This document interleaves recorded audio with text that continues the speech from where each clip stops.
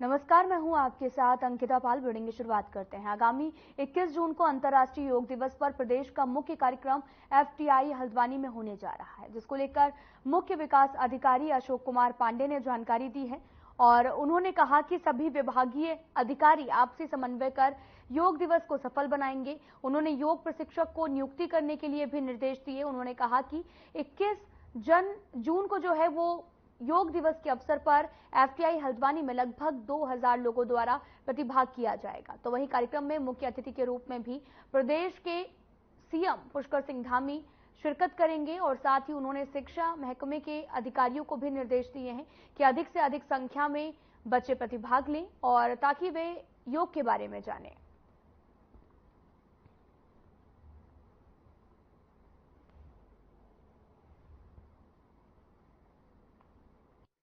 अंतर्राष्ट्रीय योगा दिवस के उपलक्ष्य में इस बार राज्य स्तरीय कार्यक्रम हल्द्वानी में होना है और ये हमारे लिए सौभाग्य की बात है कि ऑनरेबल सीएम साहब इसमें आएंगे। उसकी तैयारियों के लिए आज बैठक हुई है, सभी विभागों से इसमें वार्ता की जा रही है। सर, किसी प्रकार से कार्यक्रम रहने वाले हैं जिले भर में, और हल्द्वानी की बात किया तो सीएम साहब किस जगह पर आने वाले हैं और सरकारी कार्यक्रम एफटीआई में हमारा मुख्य कार्यक्रम होगा और इसके लिए सभी विभागों से समन्वय बैठक के द्वारा उनको निर्देशित किया जा रहा है और जिम्मेदारियां तय की जा रही है कि किस तरह से इसको एक सफल आयोजन किया जाए। सर, पूरे जिले भर में बड़े स्तर पर कार्यक्रम किया जा रहा है, तो अनुमानित खर्चा कितना लगभग इसमें आ रहा होगा सर? किस प्रकार से चीजें इसमें क्या क्या रहने वाली है? अभी इस पर विचार विमर्श हो रहा है। खर्चे के बारे में बहुत ज़्यादा बात नहीं की गई है, लेकिन ये है कि एक बृहद कार्यक्रम किया जाएगा। नहीं, योग दिवस को लेकर जागरूकता है, लोगों को जानकारी है, ये है कि उसको नियमित प्रचार की आवश्यकता है।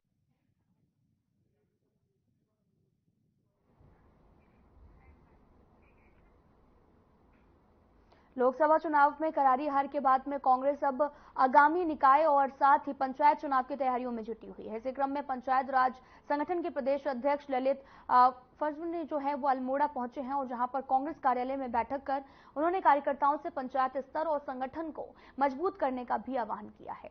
इस दौरान ललित ने यह भी कहा कि निकाय और पंचायत चुनाव को लेकर पूरे कुमायूं का दौरा कर कार्यकर्ताओं से विचार विमर्श किया जा रहा है।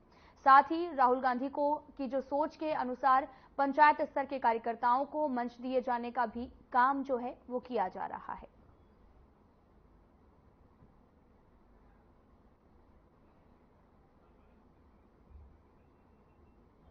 राजीव गांधी पंचायती राज संगठन की ये पहली बैठक है, क्योंकि प्रदेश अध्यक्ष बनने के बाद मैं भारत जोड़ो न्याय यात्रा में लगातार राहुल गांधी जी के साथ था और फिर उसके बाद लोकसभा के आसन्न चुनाव की वजह से मैं पूरे प्रदेश को समय नहीं दे पाया। तो इस समय पूरे प्रदेश के एक दौरे पर हम अपने पंचायत प्रतिनिधियों से, अपने जिला कांग्रेस कमेटी से और कांग्रेस के वरिष्ठ साथियों से जो आगामी त्रिस्तरीय पंचायत चुनाव और स्थानीय निकाय चुनाव के संबंध में एक विचार विमर्श है, उस संबंध में लगातार हमारा दौरा चल रहा है।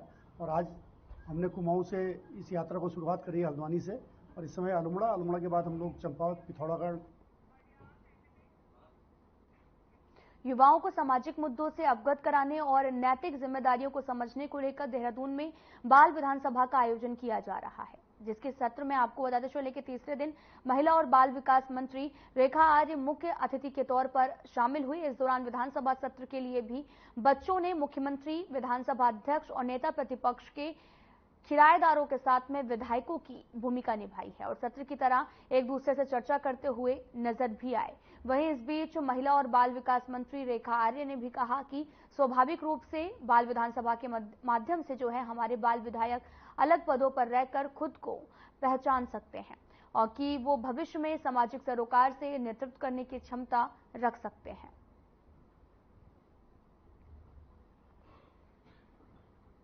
देखिए, बाल विधानसभा 2014 से उत्तराखंड बाल अधिकार संरक्षण आयोग के तत्वाधान में प्लान इंडिया के सहयोग से बनाई जा रही है और इसके रेगुलर सत्र होते हैं। मेरे आने के बाद हमने इसमें अपनी जो सहभागिता है वो सक्रिय करी और पिछले 2 सालों में हमने ये तीसरा सत्र है, जिसमें से एक सत्र हमने गैरसैंण में बच्चों को लेके गए। हमारी माननीय स्पीकर महोदया इन बच्चों के साथ 2 दिन रहीं। उन्होंने वहाँ पे भ्रमण कराया और इन बच्चों ने अपने अपने क्षेत्र में हमारे दूत का काम किया है, क्योंकि बहुत कम जगहों पे जहाँ हम जाते थे हमें ज्ञान में आता था कि कि विजन यदि हम देखें कि बाल विधानसभा का विजन आखिरकार इसकी आवश्यकता क्यों पड़ती है, तो स्वाभाविक रूप से बाल विधानसभा के माध्यम से हमारे बाल विधायक और बाल विधायकों में जब वो अलग अलग पदों पे, चाहे वो मंत्री के पद पर हो, मुख्यमंत्री के पद पर हो, स्पीकर के पद पर हो, या जो भी जिम्मेदारियां उनको इसमें मिली या संसदीय कार्य मंत्री के रूप में हो, स्वाभाविक रूप से हम लोग तो सीधे जैसे कहते हैं कि परिस्थिति जन्य हम लोग निखरते चले गए। उधम सिंह नगर के खटीमा क्षेत्र में हुए शॉर्ट सर्किट के बाद में अग्निकांड मामले में 5 पीड़ित परिवारों को बीजेपी कार्यकर्ताओं ने बीजेपी प्रदेश कार्यकारिणी सदस्य रमेश चंद्र जोशी के नेतृत्व में घटनास्थल पर पहुंचकर अपने स्तर से कंबल, खाद्यान्न सामग्री और फल इत्यादि उपलब्ध कराए हैं। वहीं बीजेपी प्रदेश कार्यकारिणी सदस्य जोशी ने भी बताया कि पीड़ित परिवारों को मुख्यमंत्री राहत कोष से आर्थिक सहायता भी दिलाने का प्रयास किया जाएगा।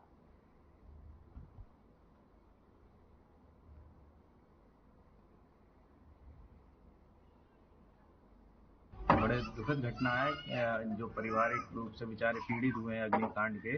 हमारी उनके प्रति गहरी संवेदना है और सबसे बड़ी ऊपर वाले की एक कृपा रही है कि किसी तरीके की जनहानि नहीं हुई, ये एक अच्छी बात है।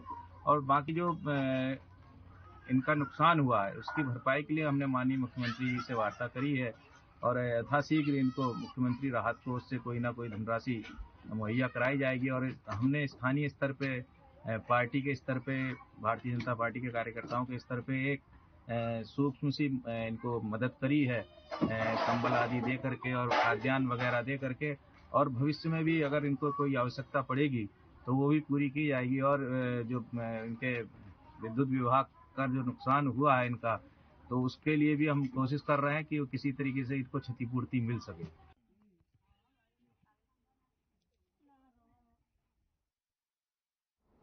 ऋषिकेश को जिला बनाने की मांग को लेकर राजनीतिक, सामाजिक, धार्मिक संगठनों ने नगर निगम के सभागार में बैठक की है। ऋषिकेश को जिला बनाने की मांग ने फिर से जोर पकड़ना शुरू कर दिया है। सर्वदलीय संगठनों ने मिलकर ऋषिकेश को जिला बनाने की मांग सरकार से की है और इस संबंध में विचार विमर्श के बाद में निर्णय भी कर दिया गया। सरकार यदि संगठनों की मांग पर ध्यान नहीं देती तो सड़कों पर उतरकर आंदोलन करने से पीछे नहीं हटा जाएगा। साथ ही आपको बताते चलें कि आज शहर के राजनीतिक, सामाजिक, धार्मिक संगठनों ने नगर निगम के सभागार में बैठक की है। आपको बताते चलें कि ऋषिकेश को जिला बनाने की जो मांग है वो लगातार तूल पकड़ रही है। मामले में कई संगठनों ने बैठक का भी आयोजन किया, जहां पर अभी तक कोई भी निष्कर्ष नहीं निकला। दरअसल सरकार को आंदोलन तक की जो चेतावनी है वो दे दी गई है। आपको बताते चलें कि ऋषिकेश में लगातार ऋषिकेश को जिला बनाने की मांग तूल पकड़ने लगी है, जिसको लेकर कई तरह की बैठकों का भी आयोजन किया जा रहा है और साथ ही सरकार को भी आंदोलन करने की जो चेतावनी है वो दे दी गई है और लगातार ये जो मांग है वो उठ रही है।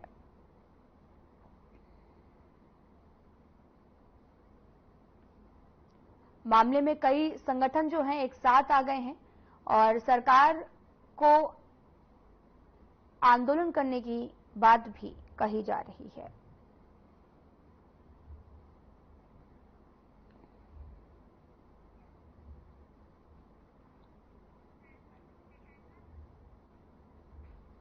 बंगाली विस्थापितों के लिए काम करने वाले पुलिन बाबू की 23वीं पुण्यतिथि को क्षेत्र के तमाम सामाजिक कार्यकर्ताओं ने स्मृति दिवस के रूप में मनाया है।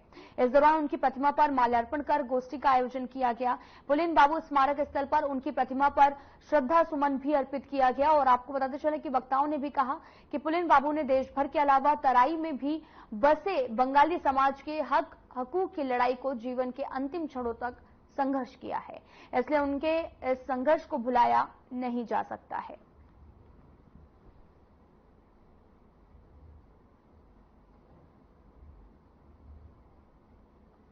बंगाली समाज का गांधी कहे जाते थे और बंगाली समाज के उत्थान के लिए उन्होंने अपना सर्वस्व जो है वो न्यौछावर कर दिया था, इसीलिए उन्हें बंगाली समाज का गांधी कहा जाता है। और उन्होंने एक लंबी लड़ाई बंगाली समाज के उत्थान की लड़ी थी, जैसे बंगालियों को नागरिकता मिले, जाति प्रमाण पत्र मिले और अंतिम समय में बंगालियों के इस क्षेत्र जहां बंगाली बाहुल्य एरिया है, यहाँ भी तमाम ऐसी सुविधाओं के लिए वो लड़ते रहे। जैसे उनका एक मेन लक्ष्य था कि हॉस्पिटल का उच्चीकरण होए और हॉस्पिटल में एक एक्सरे मशीन हो, अल्ट्रासाउंड मशीन हो, लेडी सर्जन हो, ऐसी तमाम सुविधाओं के लिए आजीवन वो लड़ाई लड़ते रहे। आज परम श्रद्धेय स्वर्गीय पुलिन बाबू का आज 23वीं पुण्यतिथि है और उन्होंने बंगाली समाज के लिए अपने अंग वस्त्र भी त्याग कर दिए थे और उनका बलिदान पूरा समाज आज तक भुला नहीं पाएगा और हमारे लिए एक चुनौती है, जिसके तहत बंगाली महासभा की तरफ से मैं कहना चाहूँगा कि हम लोग उनकी एक बहुत पुरानी मांग थी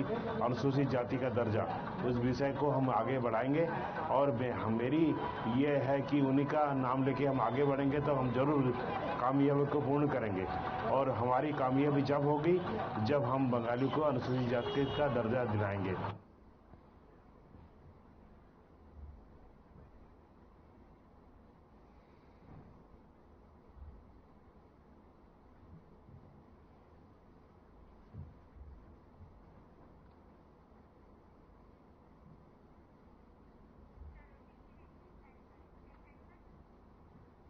हरिद्वार में श्रद्धालुओं को भीषण गर्मी से राहत प्रदान करने के लिए गिरवरनाथ जन कल्याण धर्मार्थ ट्रस्ट की ओर से गऊ घाट पर छबील का आयोजन किया गया, जहां पर ठंडा शरबत वितरित किया गया है।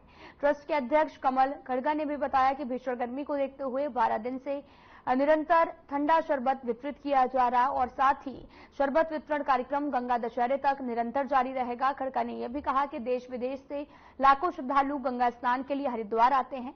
भीषण गर्मी का दौर भी जारी है, जिससे श्रद्धालुओं को भारी दिक्कतों का सामना करना पड़ता है और इसे देखते हुए ट्रस्ट के माध्यम से छबील लगाकर श्रद्धालुओं को ठंडा और मीठा शरबत वितरित किया गया है। आपको बताते चले कि गऊ घाट पर छबील का आयोजन किया गया, जहां पर हरिद्वार आने वाले श्रद्धालुओं को शरबत बांटा गया और साथ ही लगातार कई दिनों से ये निरंतर सेवा जो है वो की जा रही है। गऊ घाट पर छबील का आयोजन किया गया, जहां पर गर्मी से राहत प्रदान करने के लिए और प्यास बुझाने के लिए लगातार ऐसी पहलें जो हैं वो की जा रही और इसी दौरान 12 दिन से निरंतर ये जो सेवा है वो की जा रही। दरअसल आप तस्वीरें भी देख सकते हैं, जहां पर शरबत वितरण का जो कार्यक्रम का आयोजन किया गया है, जहां पर सभी श्रद्धालुओं को शरबत बांटा जा रहा और साथ ही ये मुहिम जो है वो 12 दिनों से लगातार चल रही है, जिससे श्रद्धालुओं को भी काफी फायदा मिल रहा है। आपको बताते चलें कि हरिद्वार में धर्मार्थ ट्रस्ट की तरफ से इस कार्यक्रम का आयोजन किया गया, जिसके बाद में श्रद्धालुओं को शरबत बांटा गया है।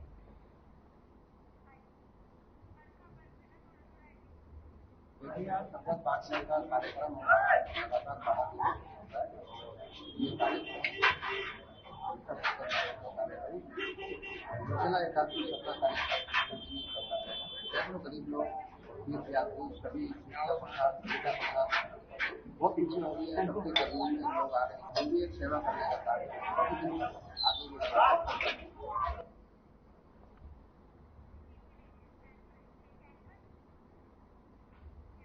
खटीमा मेला घाट में 22 पुल गांव में रामोधार के मकान में आग लगने से घर का सारा सामान जलकर राख हो गया है। वहां पर भारतीय जनता पार्टी के प्रदेश कार्यकारी सदस्य रमेश चंद्र जोशी ने मौके पर पहुंचकर पीड़ित परिवार के नुकसान की भरपाई के लिए एसडीएम और विद्युत विभाग से बातचीत की है और साथ ही आपको बताते चले कि पीड़ित परिवार का विद्युत कनेक्शन लगाने और देवी आपदा में तत्काल सहायता देने के लिए उप जिलाधिकारी से वार्ता की गई। साथ ही पीड़ित परिवार को तत्काल भोजन की व्यवस्था करवाई गई, खाद्यान्न उपलब्ध कराया गया। रमेश चंद्र जोशी ने कहा कि भारतीय जनता पार्टी पीड़ित परिवार के साथ है।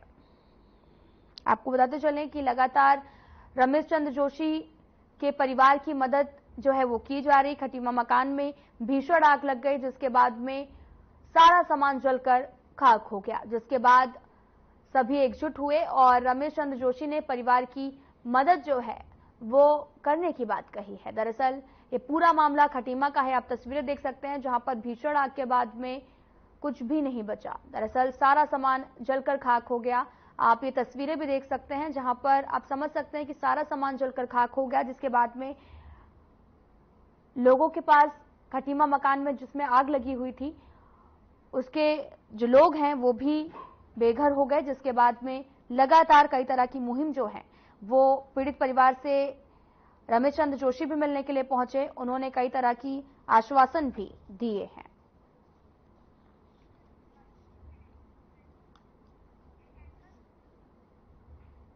आगामी 14 जून से मुख्यालय पौड़ी के भूम्याल देव कंडोलिया ठाकुर का 3 दिवसीय वार्षिक पूजन कार्यक्रम आयोजित होना है, जिसको लेकर स्थानीय लोग अपना अपना सहयोग भी कर रहे हैं। जिसके क्रम में बैजवाड़ी गांव और साथ ही सर्किट हाउस की स्वयं सहायता समूह की महिलाओं ने मंदिर परिसर के आसपास सफाई अभियान चलाया है। जानकारी देते हुए पूर्व सभासद यशोदा नेगी ने बताया कि आगामी 14 जून से 16 जून तक आयोजित होने वाले जा रहे 3 दिवसीय वार्षिक पूजन से पूर्व मंदिर परिसर में सफाई अभियान जो है वो चलाया गया। उन्होंने इस मौके पर भंडारा ग्रहण करने वाले सभी श्रद्धालुओं से प्रसाद ग्रहण करने के बाद में पत्तल, दोने इत्यादि मंदिर समिति द्वारा बनाए गए निश्चित स्थान पर डालने की अपील की गई, ताकि वार्षिक पूजन के बाद में मंदिर परिसर गंदगी न पसरी हुई रहे। 3 दिवसीय वार्षिक पूजन कार्यक्रम का आयोजन किया गया, जहां पर मंदिर परिसर में साफ सफाई अभियान लगातार जारी। आप तस्वीरें भी देख सकते हैं, जहां पर एक कार्यक्रम का आयोजन किया गया, जिसके बाद में दोने पत्तल की साफ सफाई जो है वो की गई। दरअसल यहां पर आसपास गंदगी न फैले, जिसको लेकर लगातार कई तरह के प्रयास भी किए जा रहे हैं।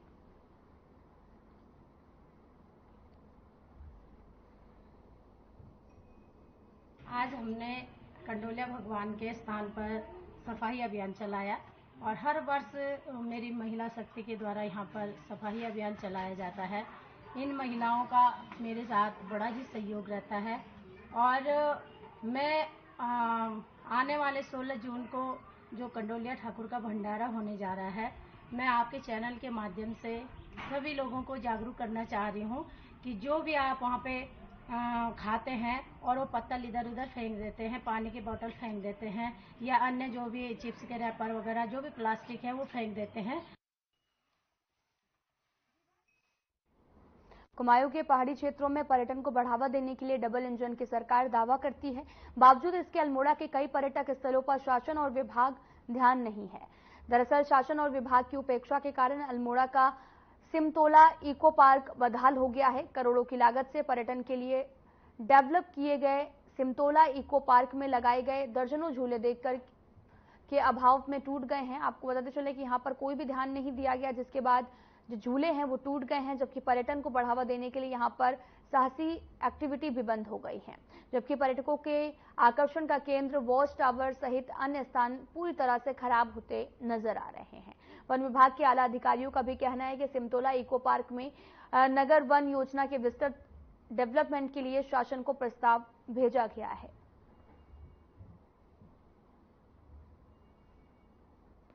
ये सिमतोला जो इको पार्क है, इसमें अलग अलग समय पे कार्य कराए गए हैं और जैसा आपने कहा कि इसमें और इन्वेस्टमेंट और कार्य कराने की जरूरत है, तो इसके क्रम में मैं इस प्रभाग से इसको नगर वन योजना जो भारत सरकार की योजना है उसके तहत एक विस्तृत डेवलपमेंट के लिए इसकी डीपीआर तैयार की गई है, जो उच्च स्तर पे प्रेषित की जा रही है। और यदि ये स्वीकृत हो जाता है तो तुरंत ही आप देखेंगे कि हम जो इको टूरिज्म जो सिमतोला इको पार्क है उसमें काफ़ी कार्य किए जाएंगे और उसको एक अच्छे तरीके से उसको रन किया जाएगा।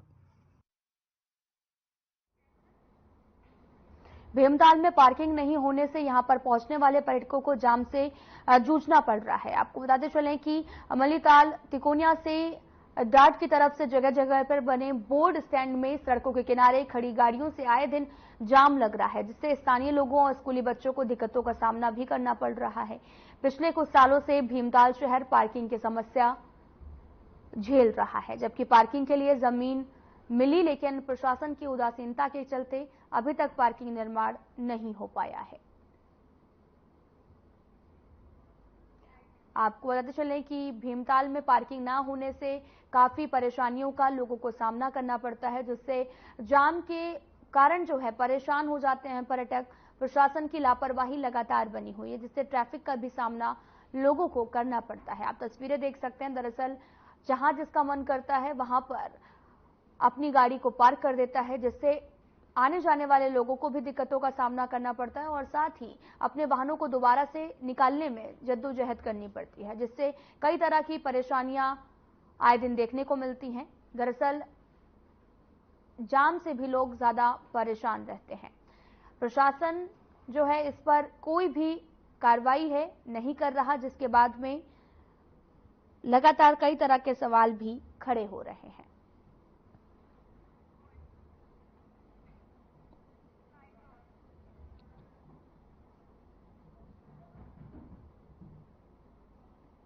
अभी तक धरातल पे पार्किंग की कोई मजबूत नींव अभी तक नहीं हुई है कि ये लोग कहाँ पार्किंग बनाएंगे, क्योंकि सबसे मुख्य स्तर है जो मुख्य केंद्र है भीमताल डांट में है। भीमताल डांट में बहुत आवश्यक है पार्किंग, जिससे यहाँ पर एक दूध वाले से लेकर एक गाड़ी वाला होटल व्यवसायी सब लोग पर्यटन पर वो है, और पार्किंग नहीं होने से कम 80% व्यापार यहाँ पर खत्म हो रहा है और पर्यटक आता है और परेशान होकर चले जाता है। और सबसे बड़ी यहाँ पर पार्किंग की परेशानी, अगर पार्किंग जब तक नहीं होगी तब तक यहाँ पर का पर्यटन दिन पर दिन गिरते जाएगा। मैं शासन प्रशासन से कहना चाहूँगा कि एक तरफ आपने जो नैनीताल को पर्यटकों की गाड़ी जाने से रोक लगाई है, वो सारे पर्यटक भीमताल में आते हैं। आपको पता है भीमताल में आने के बाद यहाँ पे पार्किंग की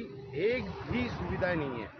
इंडिविजुअल अभी एक हमारे भाई ने जिला विकास प्राधिकरण की तरफ से हमने एक इंडिविजुअल पार्किंग करी है, उसमें भी 100-150 की हम शासन प्रशासन से कहना चाहेंगे कि इतनी भूमि यहाँ पे पड़ी है, उसको छांट करके इसमें पार्किंग बनाया जाए, जिससे यहाँ के व्यापारियों को भी लाभ हो। हल्द्वानी में राष्ट्रीय राजमार्ग विभाग मानसून से पहले राष्ट्रीय राजमार्ग संख्या 87 की सड़क सुरक्षा के कार्य पूरे करने में जुट गया है। इसके अलावा राष्ट्रीय राजमार्ग संख्या 87 में मानसून के समय डेंजर जोन में सड़क सुरक्षा सहित सड़कों को तत्काल खोलने के लिए सरकारी मशीनरी को भी एक्टिव करने के निर्देश दिए गए। अधिशासी अभियंता इंजीनियरिंग प्रवीण कुमार ने बताया कि राष्ट्रीय राजमार्ग में सिविल वर्क और सुरक्षा कार्य तेजी के साथ कराए जा रहे हैं और बरसात के मौसम में हाईवे में भूस्खलन और अन्य खतरों को देखते हुए सुरक्षात्मक कार्य के साथ ही तत्काल मानसून में सड़कों की खुलवाया भी जा रहा है और इसके लिए सारे संबंधित कार्य पूरे भी किए जा रहे हैं। हल्द्वानी में हमारे जुरिसडिक्शन में NH 87 एक्सटेंशन है, जिसपे किलोमीटर 0 से लेकर 45 तक काम चल रहा है और उसमें बिटुमिनस वर्क चल रहा है जो मानसून प्रारंभ होने के दिन तक चलता रहेगा। उसके अलावा सिविल वर्क चल रहे हैं जिसमें मानसून से बहुत ज़्यादा फर्क नहीं पड़ता, क्योंकि सिविल वर्क में बरसात होने से क्योरिंग होती रहती है और बरसात में जो हमारे वल्नरेबल स्पॉट्स हैं सड़कों पे, उस पे परमानेंटली पूरे मानसून पीरियड के लिए मशीनें स्टेशन रहेंगी ताकि बंद होने की दशा में बहुत कम रिएक्शन टाइम लगे। इसकी तैयारी हमने कर ली है। कार्य तो पूरा प्रोजेक्ट हमारा है 0 to 45 और उसकी अनुबंध के अनुसार ही अभी समय सीमा बची हुई है।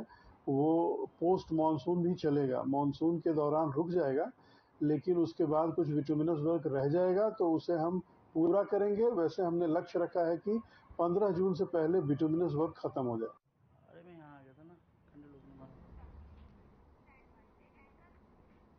दून की सड़कों पर अक्सर आपने थोड़ी थोड़ी दूरी पर कचरा फैला हुआ देखा होगा। खासकर खराब सड़कों और स्पीड ब्रेकर के बीच में अक्सर कचरा फैला नजर आता है। अनुमान के अनुसार दून में हर रोज करीब 350 मीट्रिक टन कचरा निकलता है। छोटे छोटे वाहनों से यह कचरा डंपिंग ग्राउंड पहुंचाया जाता है। डंपिंग ग्राउंड से शीशम बाड़ा के सॉलिड वेस्ट मैनेजमेंट प्लांट में भेजा जाता है। स्वच्छता सर्वेक्षण में देश के टॉप 50 जो शहरों में शामिल होने का दावा कर रहे देहरादून नगर निगम अब तक कचरे के वाहनों को ढकने के लिए ग्रीन नेट की व्यवस्था तक नहीं कर पाया है। इसको लेकर नगर आयुक्त गौरव कुमार का भी कहना है कि 2 बार ऐसे वाहनों का चालान किया गया है और अब अगर कोई भी शिकायत ऐसी आती है तो उस पर वाहन चालक पर निगम जो है अपनी तरफ से सख्त कार्रवाई करेगा। हमारे यहाँ 3 कंपनीज काम करती हैं अलग अलग क्षेत्रों में। इसमें से 2 कंपनी जिसमें वाटर ग्रेस और इकॉन है, इसमें कंपनी प्रबंधन और उनके कर्मचारियों के मध्य कई बार विवाद की स्थिति हुई है। पिछले 6 महीने में लगभग 7 बार इनके आपसी विवाद आए हैं। इसमें मैं स्पष्ट करना चाहूँगा कि निगम की तरफ से इनको लगातार मंथली पेमेंट्स की जा रही हैं इनके बिल प्रस्तुति के उपरांत। वो हम टाइम से कर रहे हैं। तो जो भी विवाद है कंपनी और उनके कर्मचारियों के मध्य है, इसके लिए कंपनी प्रबंधन को चेतावनी भी दी गई है और उनको कहा गया है कि यदि वो अपना विवाद नहीं सुलझा पाते हैं तो उनको कार्य से पृथक किए जाने पर भी विचार किया जाएगा।